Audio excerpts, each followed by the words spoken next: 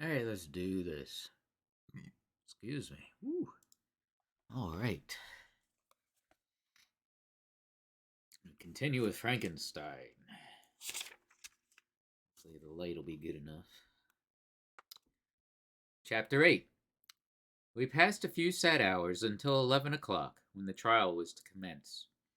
My father and the rest of the family being obliged to attend as witnesses, I accompanied them to the court. During the whole of this wretched mockery of justice, I suffered living torture. It was to be decided whether the result of my curiosity and lawless devices would cause the death of two of my fellow beings, one a smiling babe full of innocence and joy, the other far more dreadfully murdered, with every aggravation of infamy that could make the murder memorable in horror.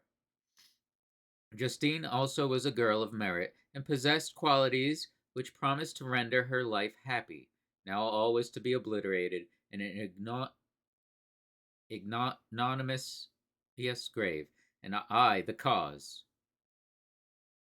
1,000 times rather would I have confessed myself guilty of the crime ascribed to Justine, but I was absent when it was committed, and such a declaration would have been considered as the ravings of a madman, and would not have exculpated her who suffered through me. The appearance of Justine was calm. She was dressed in mourning, and her countenance, always engaging, was rendered by the solemnity of her feelings exquisitely beautiful. Yet she appeared confident in innocence, and did not tremble, although gazed on and execrated by thousands.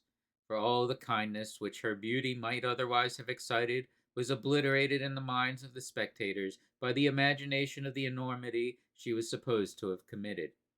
She was tranquil, yet her tranquillity was evidently constrained, and as her confusion had before been adduced as a proof of her guilt, she worked up her mind to an appearance of courage. When she entered the court, she threw her eyes round it and quickly discovered where we were seated. A tear seemed to dim her eye when she saw us, but she quickly recovered herself, and a look of sorrowful affection seemed to attest her utter guiltlessness. The trial began, and after the advocate against her had stated the charge, several witnesses were called. Several strange facts combined against her, which might have staggered anyone who had not such proof of her innocence as I had. She had been out the whole of the night on which the murder had been committed, and towards morning had been perceived by a market woman not far from the spot where the body of the murdered child had been afterwards found. The woman asked her what she did there, but she looked very strangely and only returned a confused and unintelligible answer. She returned to the house about 8 o'clock, and when one inquired where she had passed the night, she replied that she had been looking for the child and demanded earnestly if anything had been heard concerning him. When shown the body, she fell into violent hysterics and kept her bed for several days. The picture was then produced which the servant had found in her pocket, and when Elizabeth, in a faltering voice, proved that it was the same which an hour before the child had been missed, she had placed round his neck, a murmur of horror and indignation filled the court. Justine was called on for her defense. As the trial had proceeded, her countenance had altered. Surprise, horror, and misery were strongly expressed. Sometimes she struggled with her tears, but when she was desired to plead, she collected her powers and spoke in an audible although variable voice. Good God knows, she says, how entirely I am innocent, but I do not pretend that my protestations should acquit me.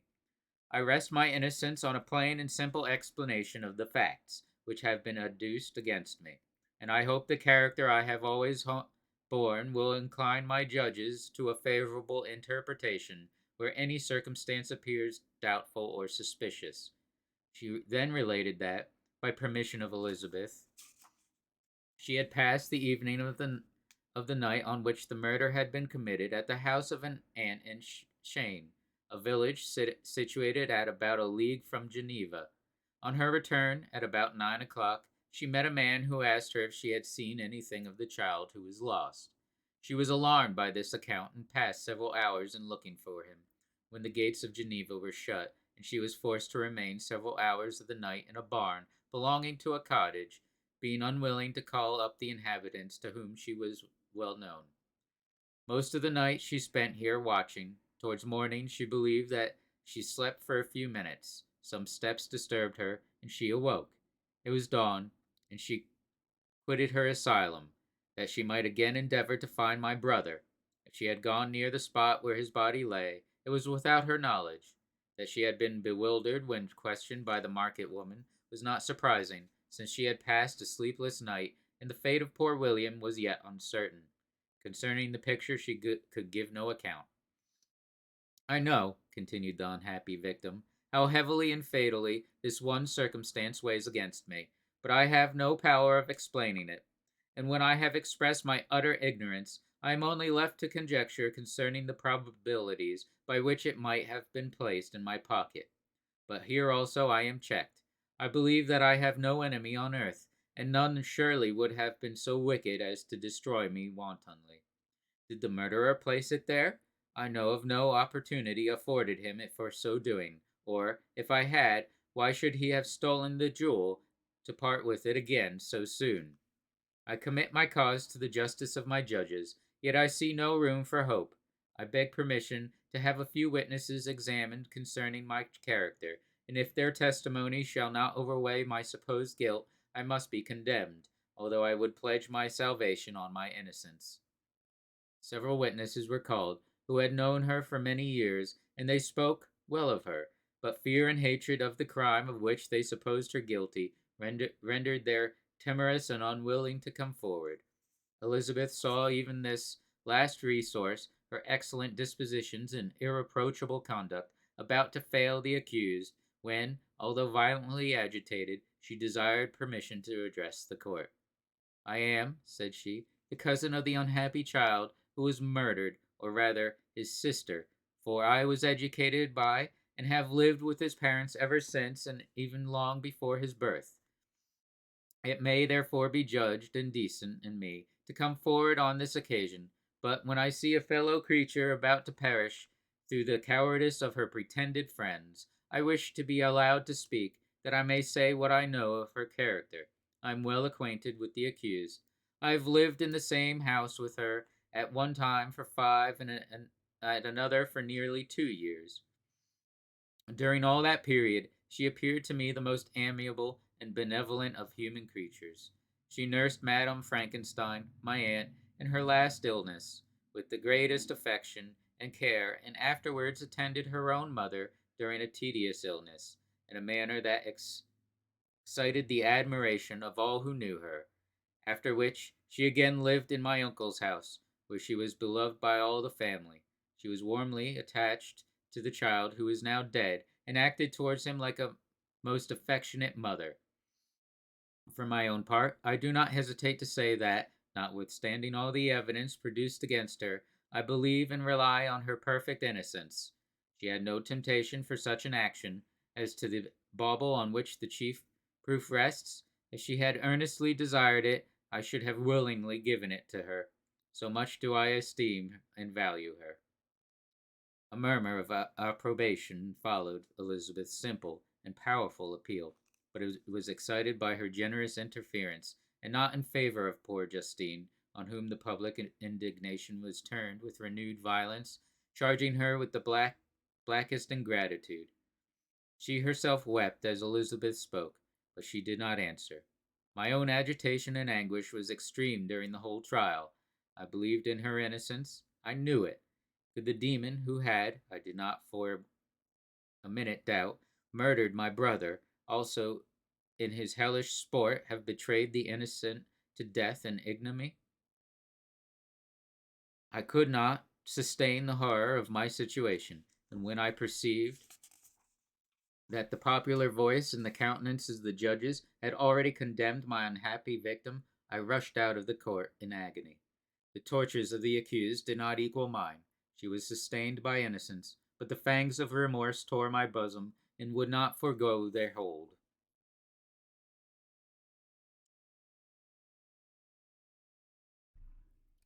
I passed a night of unmingled wretchedness. In the morning I went to the court. My lips and throat were parched.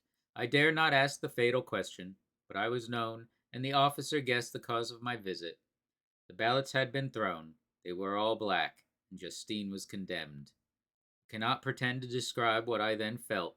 I had before experienced sensations of horror, and I have endeavored to bestow upon them adequate expressions, but words cannot convey an idea of the heart-sickening despair that I then endured.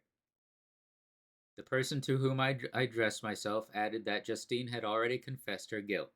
That evidence, he observed, was hardly required in so glaring a case, but I am glad of it. And indeed, none of our judges like to condemn a criminal upon circumstantial evidence, be it ever so decisive. This was strange and unexpected intelligence. What could it mean? Had my eyes deceived me? And was I really as mad as the whole world would believe me to be if I disclosed the object of my suspicions? I hastened to return home, and Elizabeth eagerly demanded the result. My cousin, replied I, it is decided as you may have expected. All judges had rather than that 10 innocent should suffer than that one guilty should escape. But she has confessed. This was a dire blow to poor Elizabeth, who had relied with firmness upon Justine's innocence. Alas, said she, how shall I ever again believe in human goodness? Justine, whom I loved and esteemed as my sister, how could she put on those smiles of innocence only to betray? Her mild eyes seemed incapable of any severity or guile, and yet she has committed a murder. Soon after we heard that the poor victim had expressed a desire to see my cousin. My father wished her not to go, but said that he left it to her own judgment and feelings to decide. Yes, said Elizabeth, I will go, although she is guilty, and you, Victor, shall accompany me. I cannot go alone. The idea of this visit was torture to me, yet I could not refuse. We entered the gloomy prison chamber and beheld Justine sitting on some straw at the farther end. Her hands were manacled, and her head rested on her knees. She rose on seeing us enter, and when we were left alone with her, she threw herself at the feet of Elizabeth, weeping bitterly. My cousin wept also. "Oh, Justine," said she, "why did you rob me of my last consolation? I relied on your innocence, and although I was then very wretched, I was not so miserable as I am now. And do you also believe that I am so very, very wicked? Do you also join with my enemies to crush me, to condemn me as a murderer?" Her voice was suffocated with sobs. "Rise, my poor girl," said Elizabeth. "Why do you kneel if you are innocent? I am not one of your enemies. I believed you guiltless, notwithstanding every evidence, until I heard that you had yourself declared your guilt. That report, you say, is false, and be assured, dear Justine, that nothing can shake my confidence in you for a moment but your own confession. I did confess, but I confessed a lie. I confessed that I might obtain absolution. But now that falsehood lies heavier at my heart than all my other sins. The God of heaven forgive me. Ever since I was condemned, my confessor has besieged me. He threatened and menaced until I almost began to think that I was the monster that he said I was. He threatened excommunication and hellfire in my last moments if I continued obdurate. Dear lady, I had none to support me. All looked on me as a wretch doomed to ignominy and perdition. What could I do? In an evil hour I subscribed to a lie, and now only am I truly miserable. She paused, weeping, and then continued. I thought with horror, my sweet lady, that you should believe your Justine, whom your blessed aunt had so highly honored, and whom you loved, was a creature capable of a crime which none but the devil himself could have perpetrated. Dear William, dearest blessed child, I soon shall see you again in heaven, where we shall all be happy, and that consoles me, going as I am to suffer ignominy and death. Oh, Justine, forgive me for having for one moment distrusted you. Why did you confess? But do not mourn, dear girl. Do not fear. I will proclaim, I will prove your innocence. I will melt the stony hearts of your enemies by my tears and prayers. You shall not die. You, my playfellow, my companion, my sister, perish on the scaffold? No, no, I never could survive so horrible a misfortune. Justine shook her head mournfully.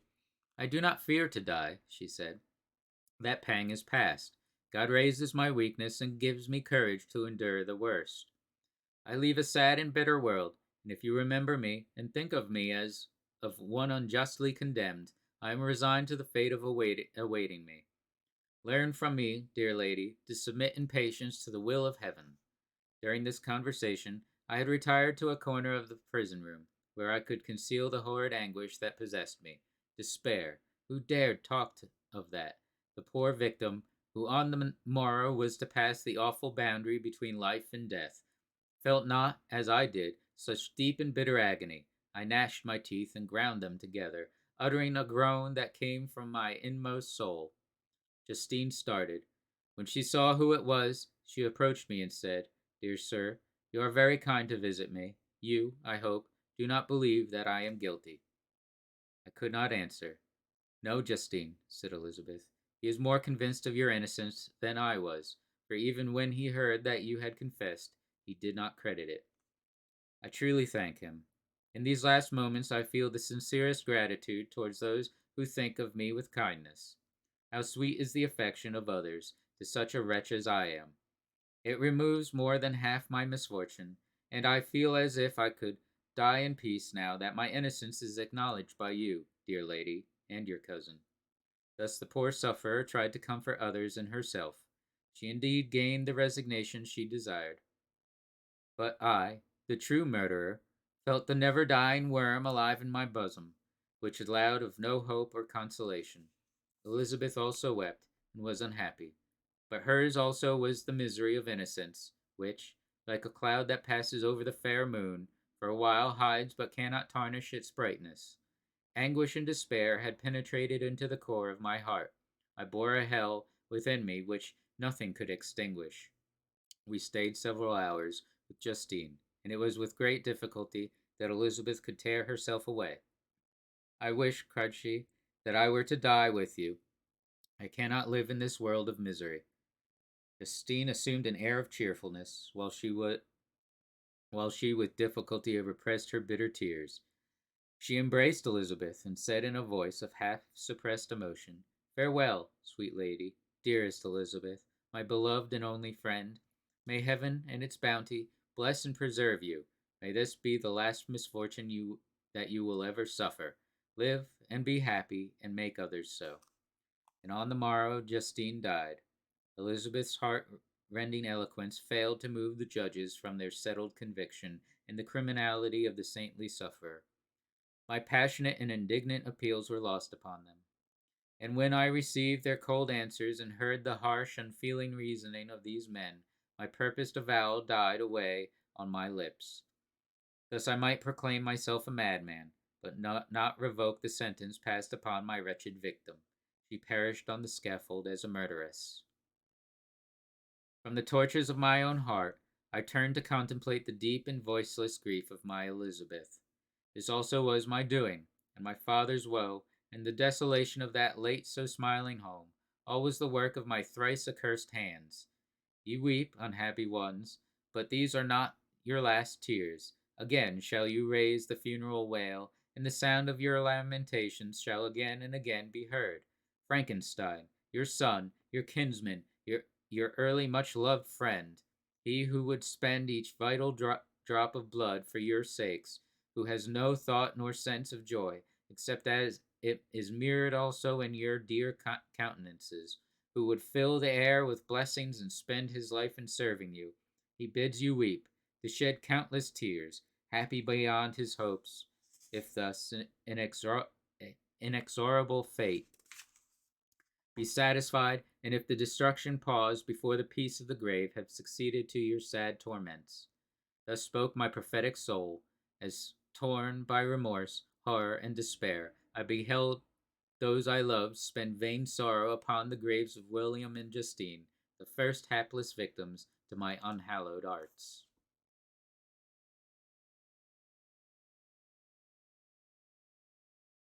Chapter 9. Nothing is more painful to the human mind than, after the feeling having been worked up by a quick succession of events, the dead calmness of inaction and certainty, which follows and deprives the soul both of hope and fear. Justine died. She rested, and I was alive. The blood flowed freely in my veins, but a weight of despair and remorse pressed on my heart which nothing could remove.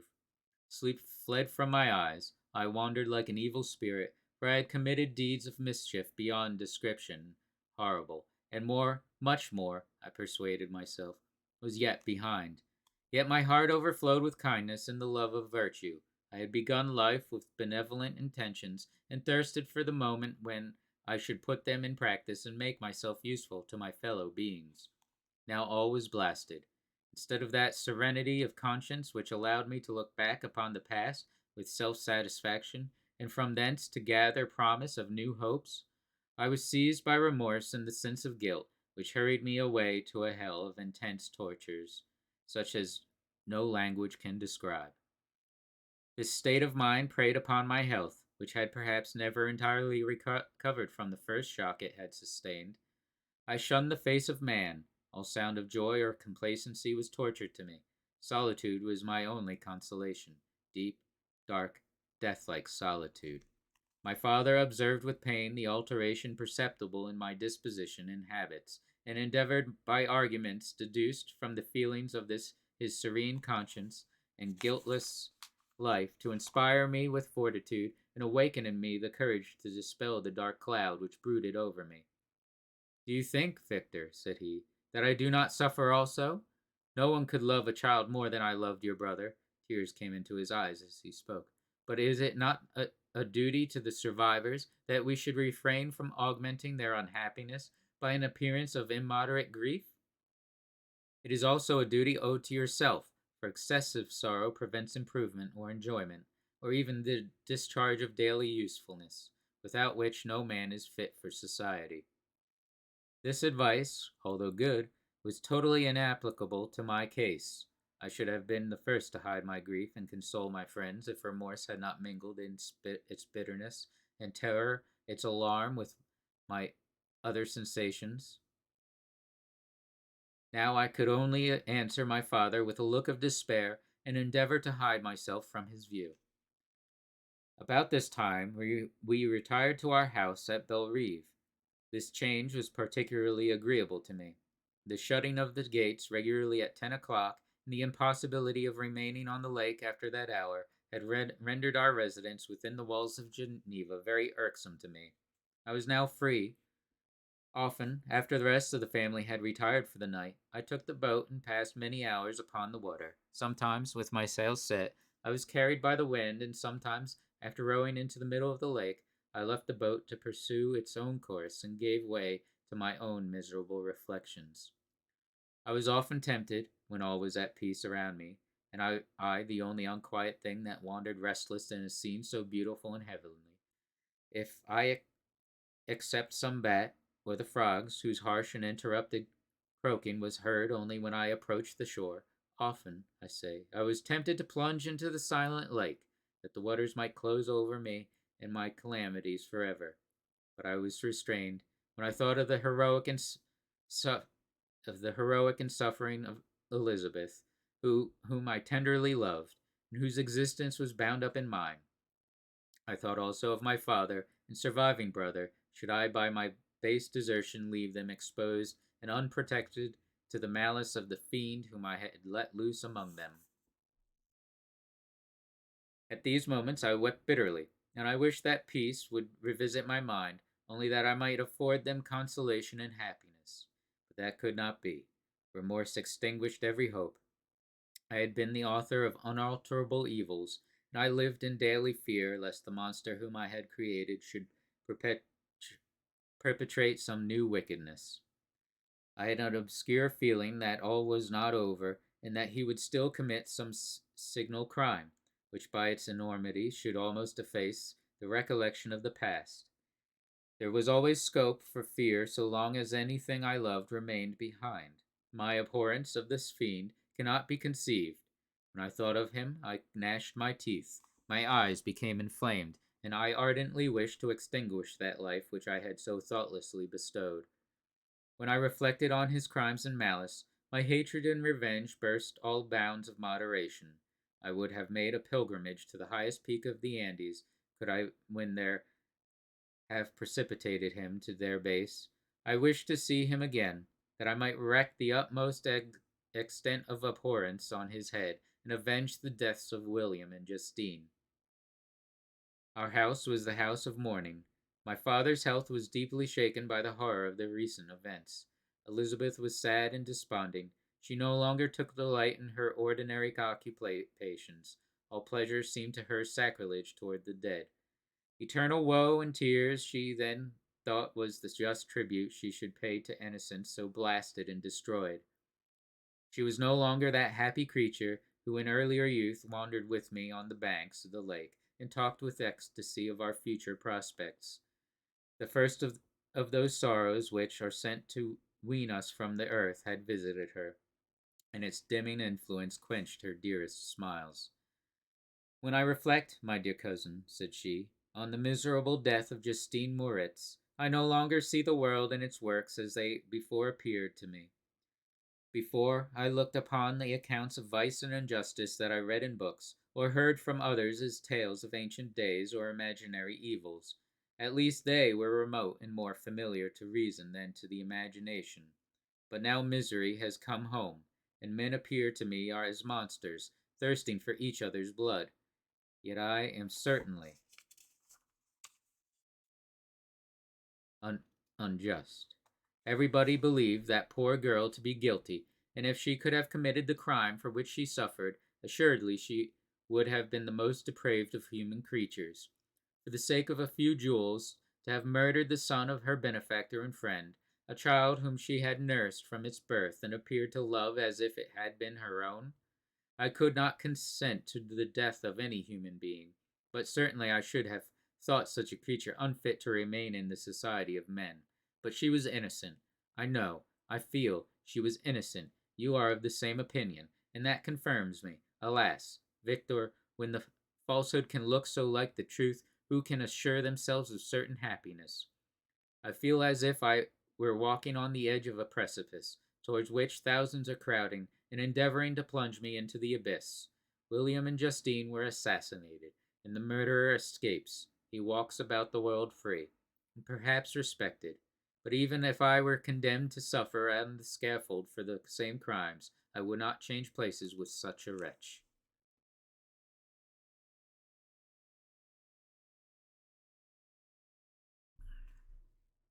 I listened to this discourse with the extremest agony.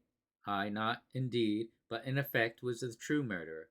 Elizabeth read my anguish in my countenance, and kindly taking my hand, said, My dearest friend, you must calm yourself. These events have affected me, God knows how deeply, but I am not so wretched as you are. There is an expression of despair, sometimes of revenge, in your countenance that makes me tremble. Dear Victor, banish these dark passions. Remember the friends around you, who center all their hopes in you. Have we lost the power of rendering you happy? Ah, while we love, while we are true to each other, here in this land of peace and beauty, your native country, we may reap every tranquil blessing, but can disturb our peace. And could not such words from her whom I fondly prized before every other gift or of fortune suffice to chase away the fiend that lurked in my heart? Even as she spoke, I drew near to her, as if in terror, lest at that very moment the destroyer had been near to rob me of her. Thus not the tenderness of friendship, nor the beauty of earth, nor of heaven, could redeem my soul from woe. The very accents of love were ineffectual. I was encompassed too by a cloud which no beneficial influence could penetrate. The wounded deer dragging its fainting limbs to some untrodden brake, there to gaze upon the arrow which had pierced it, and to die, was but a type of me. Sometimes I could cope with the sullen despair that overwhelmed me, but sometimes the whirlwind passions of my soul drove me to seek, by bodily exercise and by change of place, some relief from my intolerable sensations. It was during an access of this kind that I suddenly left my home, and bending my steps towards the near alpine valleys, sought in the magnificence, the eternity of such scenes, to forget myself and my ephemeral, because human, sorrows. My wanderings were directed towards the valley of Chamonix. I had visited it frequently during my boyhood. 6 years had passed since then. I was a wreck, but naught had changed in those savage and enduring scenes. I performed the part of my journey on horseback. I afterwards hired a mule, as the more sure-footed and least liable to receive injury on these rugged roads. The weather was fine. It was about the middle of the month of August, nearly 2 months after the death of Justine, that miserable epoch from which I dated all my woe. The weight upon my spirit was sensibly lightened as I plunged yet deeper in the ravine of Arve. The immense mountains and precipices that overhung me on every side, the sound of the river raging among the rocks, and the dashing of the waterfalls around spoke of a power mighty as omnipotence, and I ceased to fear or to bend before any being less almighty than that which had created and ruled the elements, here displayed in their most terrific guise. Still, as I ascended higher, the valley assumed a more magnificent and astonishing character. Ruined castles hanging on the precipices of piny mountains, the impetuous Arva, and cottages every here and there peeping forth from among the trees, formed a scene of singular beauty. But it was augmented and rendered sublime by the almighty Alps, whose white and shining pyramids and domes towered above all as belonging to another earth, the habitations of another race of beings. I passed the bridge of Pellissier, where the ravine which the river forms opened before me, and I began to ascend the mountain that overhangs it. Soon after, I entered the valley of Chamonix. This valley is more wonderful and sublime, but not so beautiful and picturesque as that of Cervaux, through which I had just passed. The high and snowy mountains were its immediate boundaries, but I saw no more ruined castles and fertile fields. Immense glaciers approached the road. I heard the rumbling thunder of the falling avalanche and marked the smoke of its passage. Mont Blanc, the supreme and magnificent Mont Blanc, raised itself from the surrounding Aiguille, and its tremendous dome overlooked the valley. A tingling, long lost sense of pleasure often came across me during this journey. Some turn in the road, some new object suddenly perceived and recognized, reminded me of the days gone by, and were associated with the light-hearted gaiety of boyhood.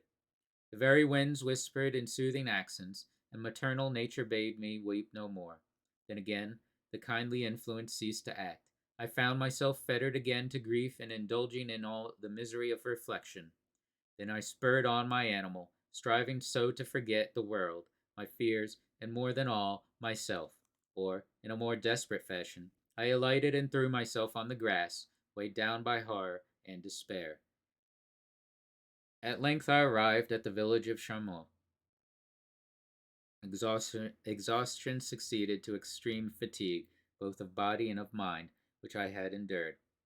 For a short space of time, I remained at the window watching the pallid lightnings that played above Mont Blanc, and listening to the rushing of the Arve, which pursued its noisy way beneath. The same lulling sounds acted as a lullaby to my too keen sensations. When I placed my head upon my pillow, sleep crept over me. I felt it as it came, and blessed the giver of oblivion.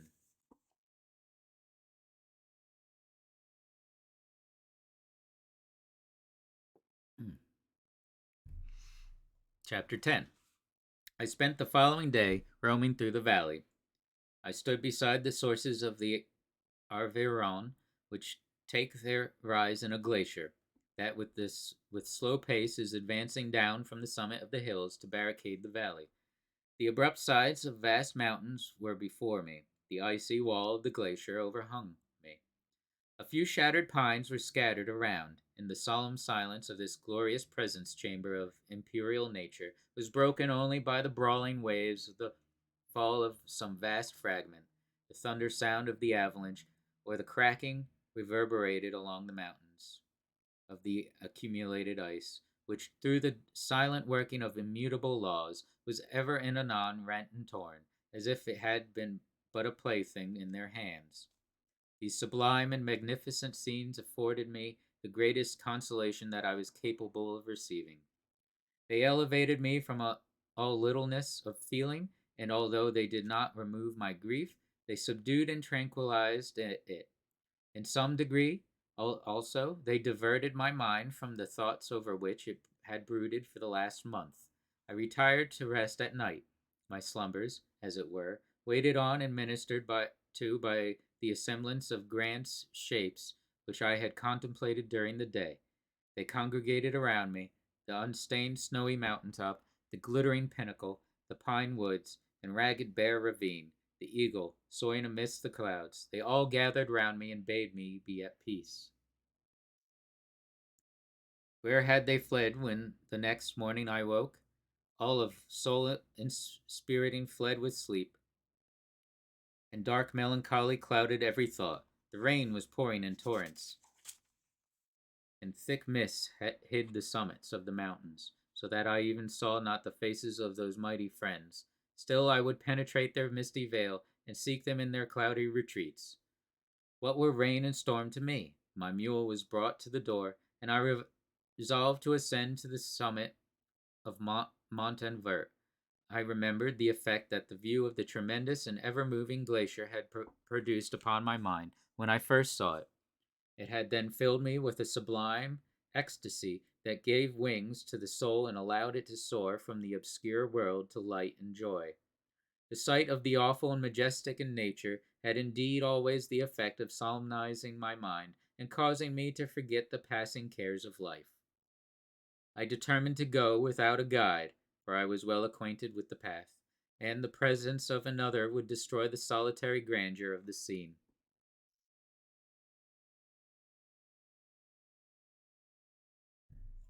The ascent is precipitous, but the path is cut into continual and short windings, which enable you to surmount the perpendicularity of the mountain. It is a scene terrifically desolate. In 1,000 spots the traces of the winter avalanche may be perceived, where trees lie broken and strewed on the ground, some entirely destroyed, others bent, leaning upon the jutting rocks of the mountain, or transversely upon other trees. The path, as you ascend higher, is intersected by ravines of snow, down which stones continually roll from above. One of them is particularly dangerous, as the slightest sound, such as even speaking in a loud voice, produces a concussion of air sufficient to draw destruction upon the head of the speaker. The pines are not tall or luxuriant, but they are somber and add an air of severity to the scene. I looked on the valley beneath. Vast mists were rising from the rivers, which ran through it and curling in thick wreaths around the opposite mountains, whose summits were hid in the uniform clouds, while rain poured from the dark sky and added to the melancholy impression I received from the objects around me. Alas! Why does man boast of sensibilities superior to those apparent in the brute? It only renders them more necessary beings. If our impulses were confined to hunger, thirst, and desire, we might be nearly free. But now we are moved by every wind that blows and a chance word or scene that word may convey to us. We rest. A dream has power to poison sleep. We rise. One wandering thought pollutes the day. We feel, conceive, or reason, laugh, or weep, embrace fond woe, or cast our cares away. It is the same, for, be it joy or sorrow, the path of its departure still is free. Man's yesterday may never be like his morrow. Naught may endure but mutability. It was nearly noon when I arrived at the top of the ascent. For some time I sat upon the rock that overlooks the sea of ice. A mist covered both that and the surrounding mountains. Presently a breeze dissipated the cloud, and I descended upon the glacier. The surface is very uneven, rising like the waves of a troubled sea, descending low and interspersed by rifts that sink deep. The field of ice is almost a league in width, but I spent nearly 2 hours in crossing it. The opposite mountain is a bare perpendicular rock. From the side where I now stood, Mont Blanc was exactly opposite at distance of a league, and above it rose Mont Blanc, in awful majesty. I remained in a recess of the rock, gazing on this wonderful and stupendous scene. The sea, or rather the vast river of ice, wound among its dependent mountains, whose aerial summits hung over its recesses. Their icy and glittering peaks shone in the sunlight over the clouds. My heart, which was before sorrowful, now swelled with something like joy. I exclaimed, "Wandering spirits, if indeed you wander, and do not rest in your narrow beds, allow me this faint happiness, or take me, as your companion, away from the joys of life." As I said this, I suddenly beheld the figure of a man, some distance, advancing towards me, with superhuman speed. He bounded over the crevices and the ice, among which I had walked with caution. His stature, also, as he approached, seemed to exceed that of man. I was troubled. A mist came over my eyes, and I felt a faintness seize me, but I was quickly restored by the cold gale of the mountains. I perceived, as the shape came near, sight tremendous and abhorred, that it was the wretch whom I had created. I trembled with rage and horror, resolving to wait his approach and then close with him in mortal combat. He approached. His countenance bespoke bitter anguish, combined with disdain and malignity, while its unearthly ugliness rendered it almost too horrible for human eyes. But I scarcely observed this. Rage and hatred had at first deprived me of utterance, and I recovered only to overwhelm him with words expressive of furious detestation and contempt.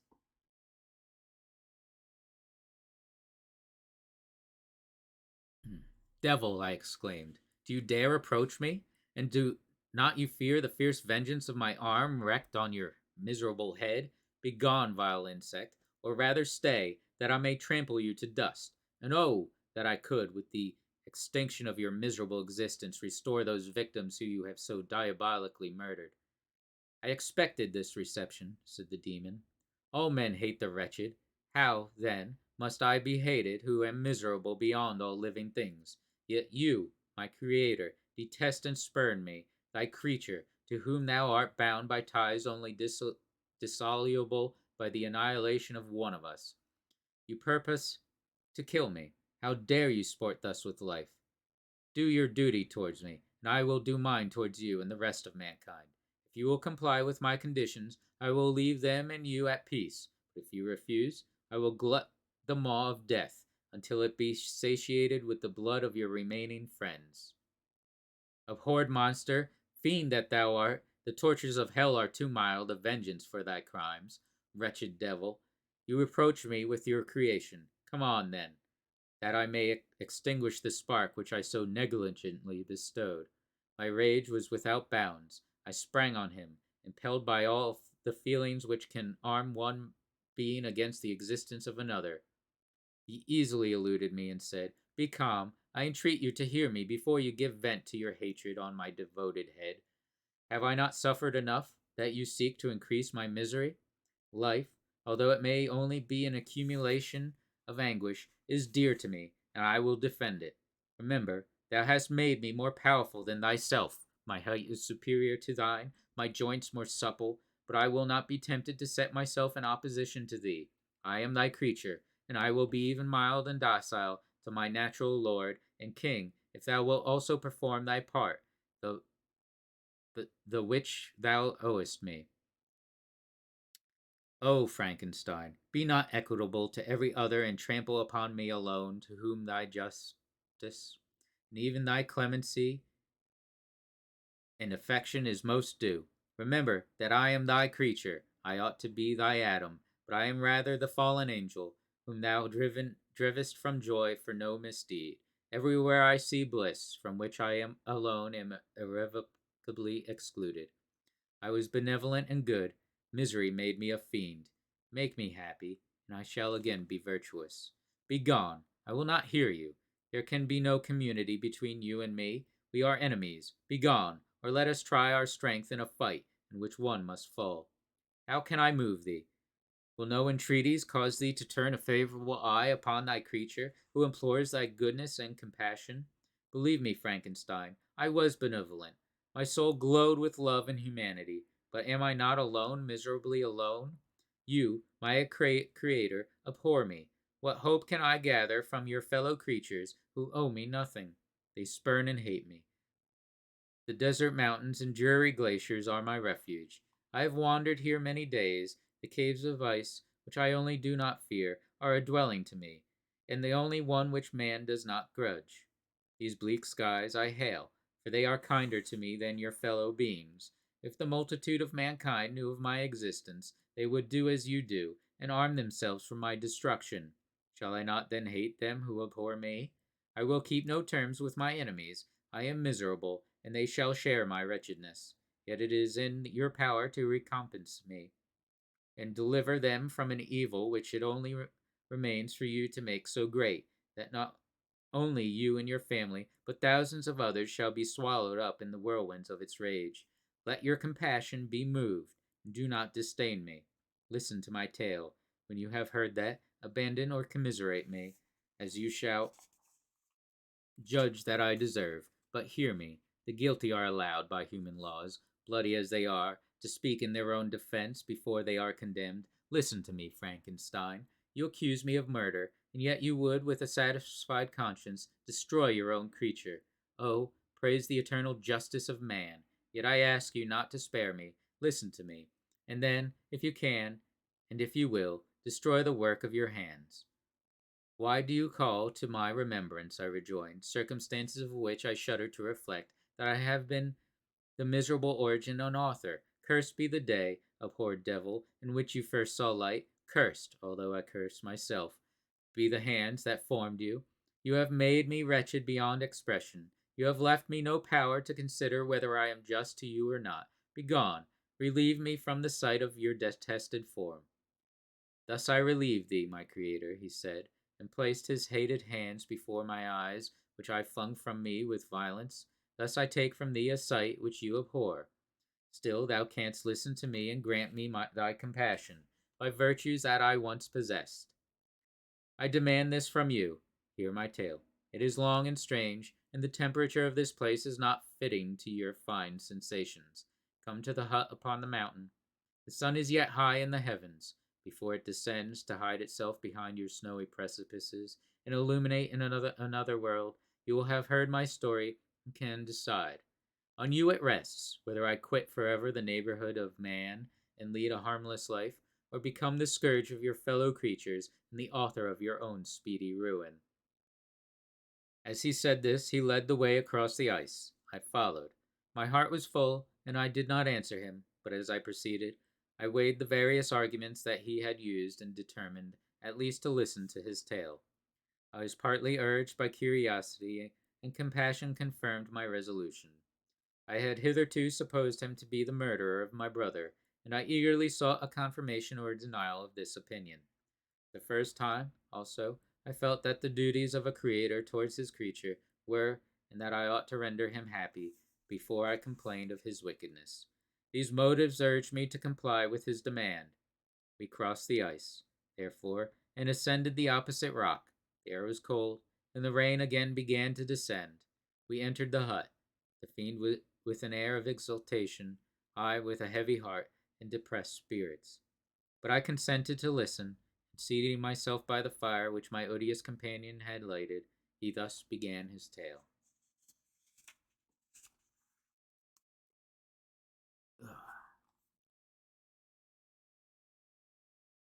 Uh-oh, we froze.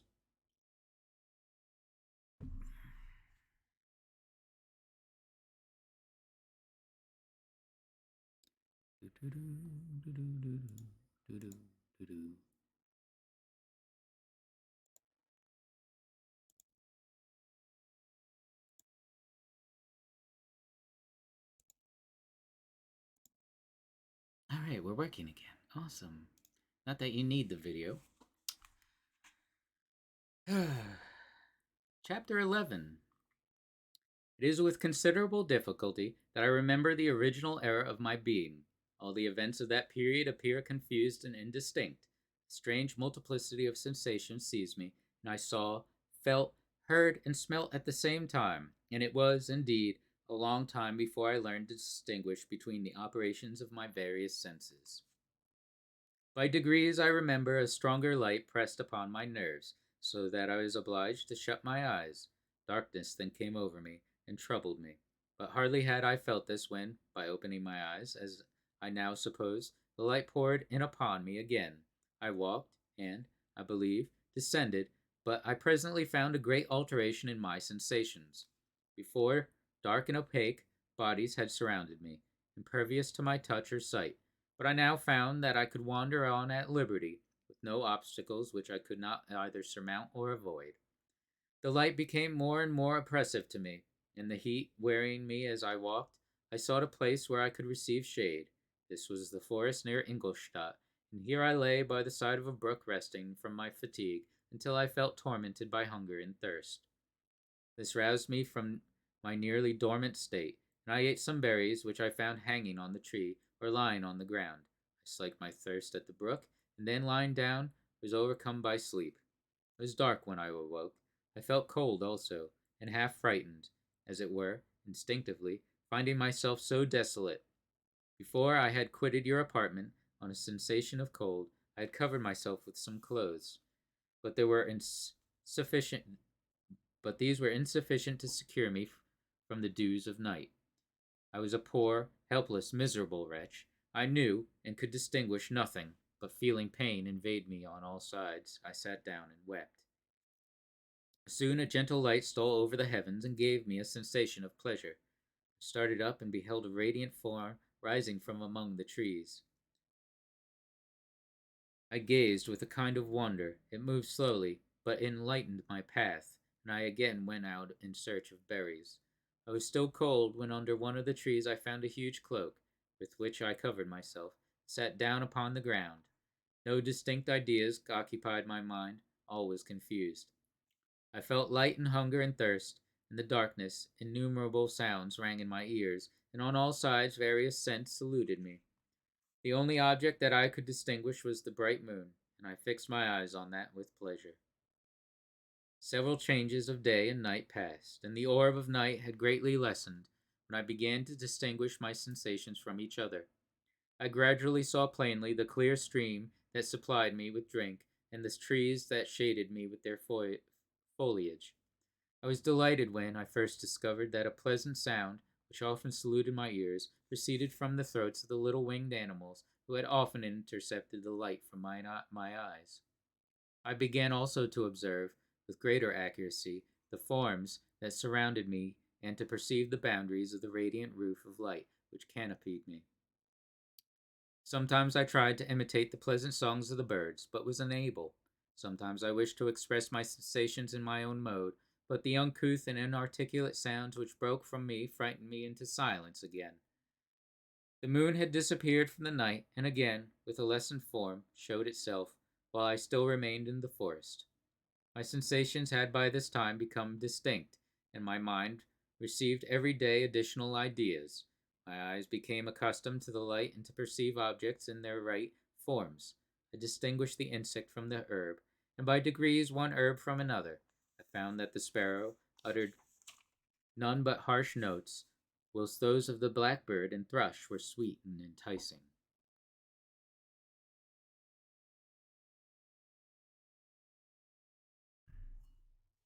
One day, when I was oppressed by cold, I found a fire which had been left by some wandering beggars, and was overcome with delight at the warmth I experienced from it. In my joy, I thrust my hand into the live embers, but quickly drew it out again with a cry of pain.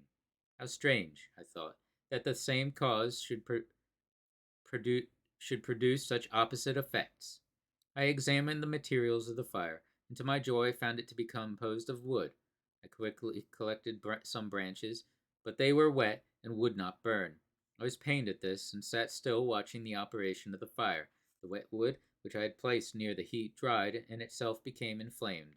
I reflected on this, and by touching the various branches, I discovered the cause, and busied myself in collecting a great quantity of wood, that I might dry it, and have a plentiful supply of fire.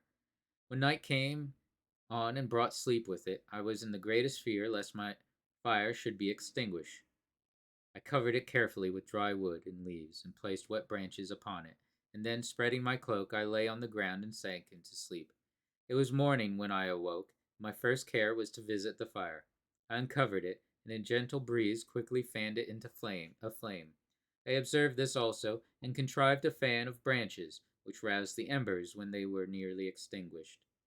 When night came again, I found, with pleasure, that the fire gave light as well as heat, and that the discovery of this element was useful to me in my food, for I found some of the offals that the strangers had left had been roasted, and tasted much more savory than the berries I gathered from the trees. I tried, therefore, to dress my food in the same manner, placing it on the live embers. I found that the berries were spoiled by this operation, and the nuts and roots much improved. Food, however, became scarce, and I often spent the whole day searching in vain for a few acorns to assuage the pangs of my hunger. When I found this, I resolved to quit the place that I had hitherto inhabited, to seek for one where the few wants I experienced would be more easily satisfied. In this emigration, I exceedingly lamented the loss of the fire, which I had obtained through accident, and knew not how to reproduce it. I gave several hours to the serious consideration of this difficulty, but I was obliged to relinquish all attempt to supply it, and wrapping myself up in my cloak, I struck across the wood towards the setting sun. I passed 3 days in these rambles, and at length discovered the open country. A great fall of snow had taken place the night before, and the fields were of the one uniform white. The appearance was disconsolate, and I found my feet chilled by the cold, damp substance that covered the ground. It was about 7 in the morning, and I longed to obtain food and shelter. At length I perceived a small hut, on a rising ground, which had doubtless been built for the convenience of some shepherd. This was a new sight to me, and I examined the structure with great curiosity. Finding the door open, I entered. An old man sat in it, near a fire, one which he was preparing his breakfast. He turned on hearing a noise, and perceiving me, shrieked loudly, and quitting the hut, ran across the fields with a speed of which his debilitated form, hardly appeared capable. His appearance, different from any I had ever before seen, and his flight somewhat surprised me. But I was enchanted by the appearance of the hut. Here the snow and rain could not penetrate. The ground was dry, and it presented to me then in as exquisite and divine a retreat as pandemonium appeared to the demons of hell after their sufferings in the lake of fire. I greedily devoured the remnants of the shepherd's breakfast, which consisted of bread, cheese, milk, and wine. The latter, however, I did not like. Then, overcome by fatigue, I lay down among some straw and fell asleep. It was noon when I awoke, and allured by the warmth of the sun, which shone brightly on the white ground, I determined to recommence my travels, and, depositing the remains of the peasant's breakfast in a wallet I proceeded across the fields for several hours, until at sunset at a, I arrived at a village. How miraculous did this appear! The huts, the neater cottages, and stately houses engaged my admiration by turns. The vegetables in the gardens, the milk and cheese that I saw placed at the windows of some of the cottages allured my appetite. One of the best of these I entered, but I had hardly placed my foot within the door before the children shrieked, and one of the women fainted. The whole village was roused. Some fled, some attacked me, until, grievously bruised by stones and many other kinds of missile weapons, I escaped to the open country, and fearfully took refuge in a low hovel, quite bare, and making a wretched appearance after the palaces I had beheld in the village. This hovel, however, joined a cottage of a neat and pleasant appearance, but after my late dearly bought experience, I dared not enter it. My place of refuge was constructed of wood, but so low that I could with difficulty sit upright in it. No wood, however, was placed on the earth, which formed the floor, but it was dry, and although the wind entered it by innumerable chinks, I found it an agreeable asylum from the snow and rain.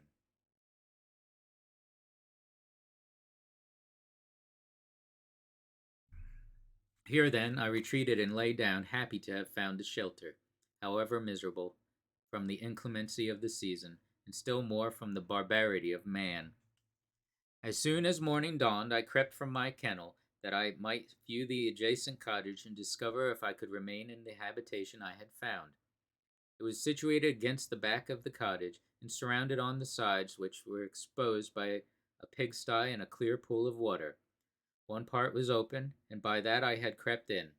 But now I covered every crevice by which I might be perceived with stones and wood, yet in such a manner that I might move them on occasion to pass out. All the light I enjoyed came through the sty, and that was sufficient for me. Having thus arranged my dwelling and carpeted it with clean straw, I retired, for I saw the figure of a man at a distance, and I remembered too well my treatment the night before to trust myself in his power. I had first, however, provided for my sustenance for that day by a loaf of coarse bread, which I purloined, and a cup with which I could drink more conveniently than from my hand of the pure water which flowed by my retreat. The floor was a little raised, so that it was kept perfectly dry, and by its vicinity to the chimney of the cottage it was tolerably warm.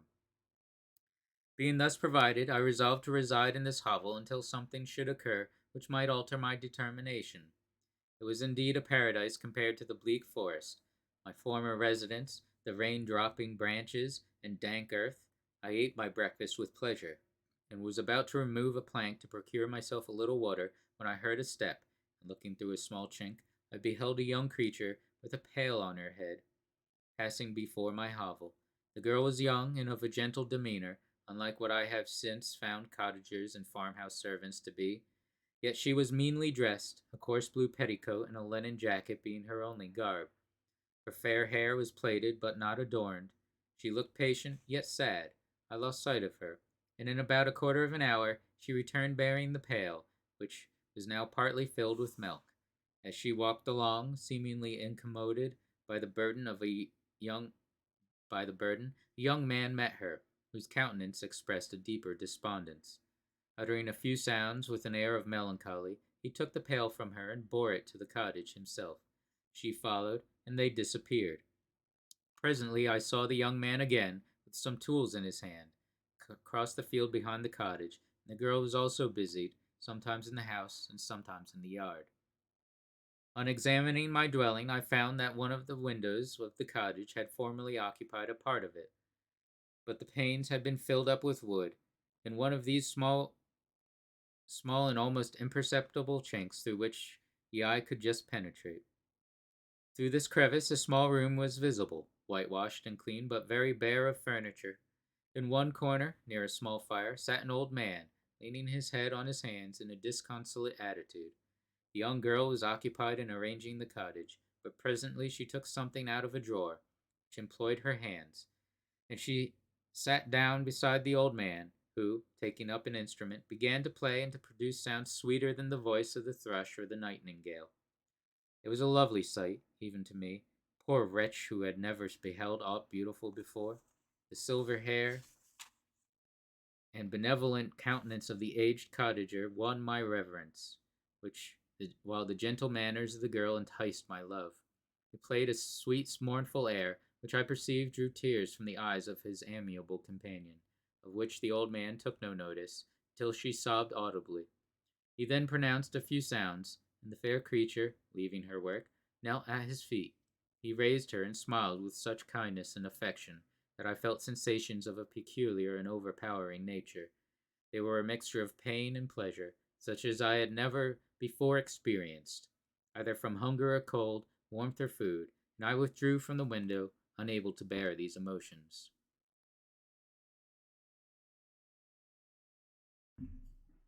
Soon after this, the young man returned, bearing on his shoulders a load of wood. The girl met him at the door, helped to relieve him of his burden, and taking some of the fuel into the cottage, placed it on the fire. Then she and the youth went apart into a nook of the cottage, and he showed her a large loaf and a piece of cheese. She seemed pleased, and went into the garden for some roots and plants, which she placed in water and then upon the fire. She afterwards continued her work, whilst the young man went into the garden and appeared busily employed in digging and pulling up roots. After he had been employed thus about an hour, the young woman joined him, and they entered the cottage together. The old man had, in the meantime, been pensive, but on the appearance of his companions he assumed a more cheerful air, and they sat down to eat. The meal was quickly dispatched. The young woman was again occupied in arranging the cottage. The old man walked before the cottage in the sun for a few minutes, leaning on the arm of the youth. Nothing could exceed in beauty the contrast between these two excellent creatures. One was old, with silver hairs, and a countenance beaming with benevolence and love. The younger was slight and graceful in his figure, and his features were molded with the finest symmetry, yet his eyes and attitude expressed the utmost sadness and despondency. The old man returned to the cottage, and the youth with tools different from those he had used in the morning, directed his steps across the fields. Night quickly shut in, but to my extreme wonder, I found that the cottagers had a means of prolonging light by the use of tapers, and was delighted to find that the setting of the sun did not put an end to the pleasure I experienced in watching my human neighbors. In the evening, the young girl and her companion were employed in various occupations which I did not understand, and the old man again took up the instrument which produced the divine sounds that had enchanted me in the morning. So soon as he had finished, the youth began not to play, but to utter sounds that were monotonous, and neither resembling the harmony of the old man's instrument nor the songs of the birds. I since found that he read aloud, but at that time I knew nothing of the science of words or letters. The family, after having been thus occupied for a short time, extinguished their lights and retired, as I conjectured, to rest. Okay, that's the end of that for now. We'll be back. Hold on to your butts.